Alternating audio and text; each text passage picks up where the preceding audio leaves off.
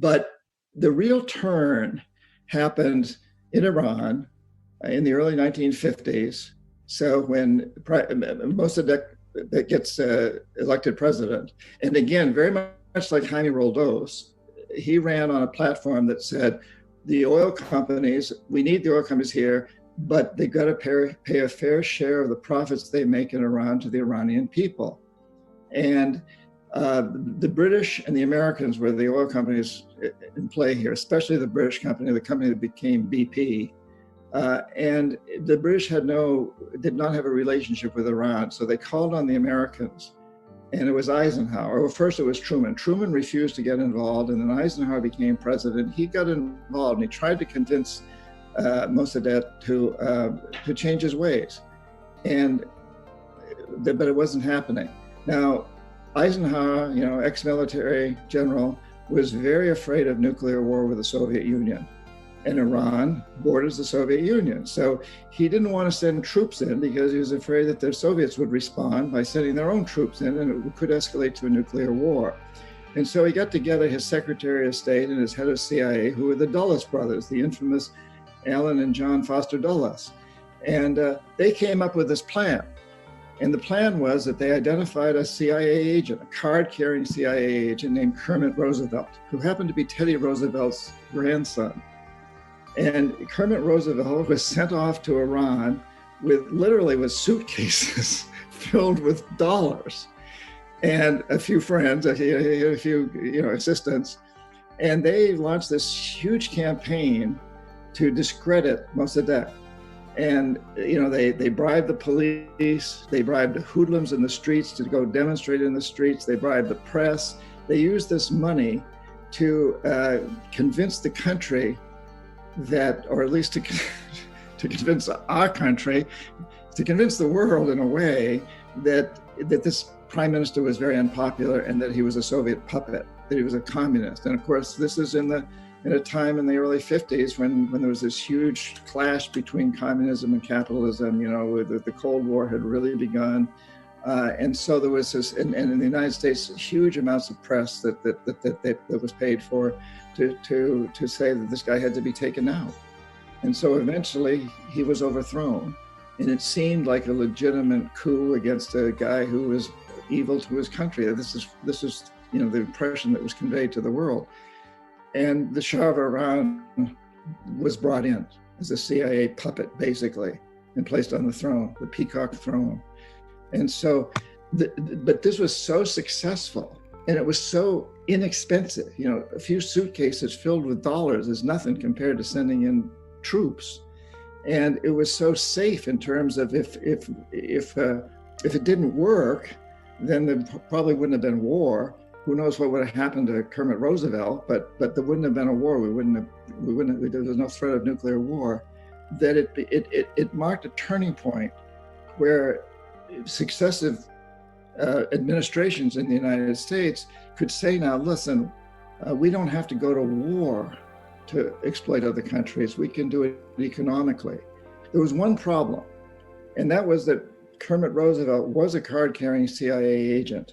If he had been caught, it would have been very embarrassing for the CIA, for the US government. So very shortly after that, the decision was made to use private consultants like me. To do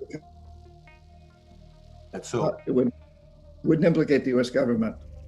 Got it. So this is why when you went to your NSA interview, they said, we may not hire you, but you may work with one of the companies that we are in partnership with. Exactly. And that became a very common practice. Now, let me ask you, how many times did the NSA throw companies like that under the bus saying we had nothing to do with it? We had no business with them. Was it pretty common practice to throw the companies under the bus once somebody screwed up? Well, we always knew that they would do that if we screwed up, but I don't know how many that actually happened to, because I think in general, we were pretty successful. People in my position were pretty successful because the heads of states of these countries had damn few options, really. I mean, they knew the options. Go ahead. How many economic hitmen like you were there at the time in America? I don't know. I never did know. I never did know. But what I do know, and why I wrote the follow-up to Confessions of an Economic Hitman 12 years later, the new Confessions, is because that whole species has grown so much over the years. And it's not only people like me who are kind of generic. We wanted to arrange deals that would help U.S. corporations, and we didn't really care whether Bechtel got the contract or Brown and Root or Halliburton or General Electric. We didn't really care who got the contract as long as we got a piece of the action, and we made sure that we would get a piece of the action. But now, in addition to people like that who are still out there, every major corporation has its equivalent of economic hitmen. So whether it's Raytheon or General Dynamics or 3M or General Electric or Walmart, for that matter, they all have people that are going out into these countries and trying to arrange better deals for their company. And, we see that so blatantly when a company decides that it's going to build. We even see it within the United States. So remember when Amazon was going to, put in their next headquarters office, they got Northern Virginia to vie with New York City. And what they were asking, they had these economic hitmen going in and telling these cities, hey, look, you'll get a lot of employment here if we move our headquarters here, or part of our headquarters here. But you got to give us a big tax break, and you got to give us low wage rates that we can deal with. And so you don't think that's appropriate? Just to kind of put that, you don't think that's an appropriate thing to do for a company to say, if I bring you 22,500 jobs at $150,000 a year income, give me some tax breaks? You don't think that's the right thing to do, is what you're saying? Well, I think we have to be careful. I think that I'm not sure there's a general rule, but I think what we have to look at is what are the trade-offs. And New York City actually won the contract with Amazon and then decided that they weren't going to accept it because it was a bad deal for them. So if you give the company such tax breaks, but I don't think New York City said no, though. I think AOC campaigned around it, saying the fact that the rent's going to go up, and both de Blasio and what's the governor's name? Cuomo, both de Blasio and Cuomo wanted it, but AOC's campaign drove Bezos away, and Bezos finally said, I'm not going to put it here. So New York wanted it, but AOC kind of pushed them away. Well, yeah. Who does AOC represent? Socialist. Obviously, she's a big supporter of the socialistic philosophy, and Cuomo and de Blasio kind of wanted those jobs in New York. And you would think that Cuomo and Blasio would be more powerful than her, wouldn't you? Actually, I mean, they've got the big corporations behind them. I don't think so. I think because nowadays, one of your talks you gave, which was very powerful, you said, I don't know if it was your TEDx or I don't know which interview you did. You talked about the fact that the power people have today to send emails to companies to talk about the fact that, hey, let's do more social, let's give back to community, let's use our power and resources to send an email. People are listening nowadays. There's this thing, not email today, called Twitter. Well, AOC has nearly 8 million Twitter followers. That's more than both of them combined times 10, times 6. So you have to realize that it's different today. Just because you're a mayor of New York or governor of New York doesn't mean you have more influence than somebody that's a congressman with 8 million followers. One's got a bigger voice than the rest do. And is that democracy in the works? I mean, it's called marketing to me. It's not democracy. Do you bring a company in and offer them huge tax breaks, but at the same time, you give them huge benefits in terms of the school system, the fire departments, the police departments, the sewage systems, all these other things that the company benefits from, the airports? Do they pay their fair share? And that's a question I think every community has to ask itself. And we see the same thing in countries. So we've got a company going in and talking to Indonesia saying, hey, if you let us build our next plant here, we will build our next plant here if you'll give us big tax breaks. And if you don't, we'll go to the Philippines. And these countries, always have to look at this. And 9 times out of 10, in my experience, it's the wealthy people who benefit. So you give the company the tax breaks, and the wealthy people somehow end up getting the kind of deals that I described, where their brothers get these contracts and their sister, and so on and so forth. So, but I think, that's why I say I don't think there's a general answer to your question. I mean, tax breaks can be used very, very wisely, but they can also be a very corrupt form of companies getting things for free that they probably should be paying for. And I also think, Patrick, an argument could be made to, let's not tax corporations at all. But let's really tax the people who benefit from them, the stockholders, especially the wealthiest stockholders, who pay their fair share. I mean, there's so many different ways to look at this whole process of how do we support our police forces and our fire departments and our hospitals and our schools and our utility companies. Who pays the price for these things? I mean, listen, we're going into a whole different conversation, because if you think about that part, I'd much rather have Amazon go to New York than go to DC. Because if you go to DC, that's the ultimate crony capitalism business model, where you are now in the, you know what it costs to senators pass a law nowadays. I think it's $50,000 to $100,000. It doesn't cost that much money to do some of that. So, if they go to New York, and then I think from the governor's standpoint, like I moved my business from LA to here. Okay, when I moved here, I brought all the jobs here.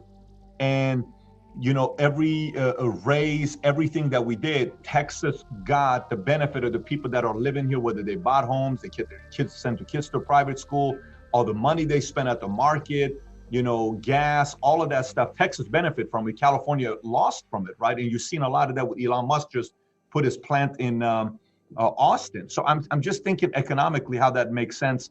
For some states, I understand the benefit of having 22,500 jobs painted on an average of $150,000. Bring it to my city. I'd love to find a way to make it work with you if I'm a governor or mayor at that time. But going back to the business model you're talking about, it got me thinking. So one, find a country that's somewhat desperate, has resources. Number two, go in and make an offer with the corporation. Hey, World Bank lends us $4 billion. We're going to build infrastructure into your country. It's going to create a bunch of different jobs. 3, wink, wink, we'll take care of your kids, private school, all this other stuff that's going to happen. 4, if you don't do, we're going to kill you. So the corporation business model is we're going to put you out of business. Your business model that you had, that you were working with, is more the mafia business model, because it could cost your life if you don't do it. Those 6 stories that you have.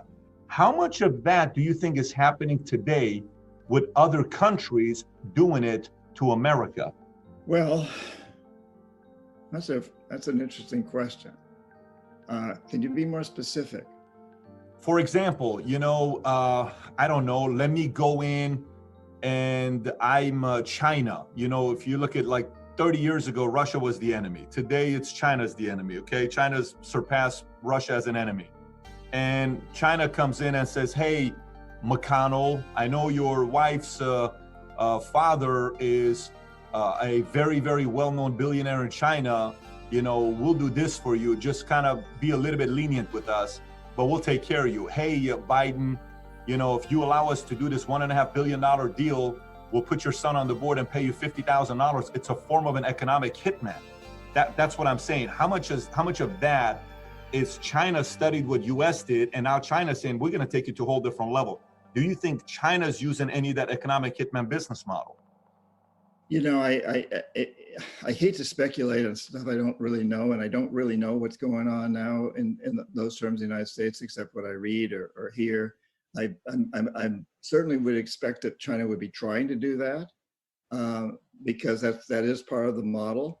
What I do know is what China has been doing in Latin America, for example, where I still spend a lot of time. I spend in a normal year, I spend 2 to 3 months in Latin America, in Ecuador, Colombia, Costa Rica, Guatemala, and many places. And I've seen in the Bahamas, I've seen how China is making huge inroads into these countries. China's playing the same game that we did in a way of making these huge loans. And it's got these 2 big banks, the Asian Infrastructure Investment Bank and BRICS Bank, that are outspending the World Bank and being very, very successful at it. And China's been making a lot of mistakes. They built a huge dam in Ecuador that's got cracks in it because they built it on a fault line next to an active volcano. I mean, crazy stuff. There's a hotel that was built in the Caribbean that the Chinese built, and the toilet pipes are all too small. I guess the Chinese people are smaller or something. I don't know what the story is there, but they had to then completely replumb the whole system, and they couldn't go back in the wall, so they had to put the pipes on the outside of the wall. It's huge, terrible mistake. They've been making some big mistakes. But what China has done differently than the United States, and I asked my friends in high places and in some of the Latin American countries, why are you taking loans from China? Don't you think that they're going to do the same thing? That that's coming out. We'd much rather take loans from China than the United States. And I'd say, but wait, aren't they after your resources too? And they say, yeah, they're after our resources. We don't have the technology to mine, to drill for oil, to do these things. So we need outside country to help us. And we know that the United States has a record of overthrowing our governments and assassinating leaders. We all know that. And of building military bases on our soil, and of forcing us to vote against Cuba at the United Nations, doing things, exercising huge controls over us. And China hasn't done that. China's not built any military bases here. They've not taken out any of our presidents. They've not been involved in any coups. And so we'd prefer to take loans from them. So, and I'm not defending what China's doing by any means, because I think their motives are the same, but I will say that I think that they may have learned from our mistakes, from the U.S.'s mistakes in being quite so blatant as we've been in some of these places. So they're very much using the same techniques that I used, except maybe they're not holding the gun up quite the same way.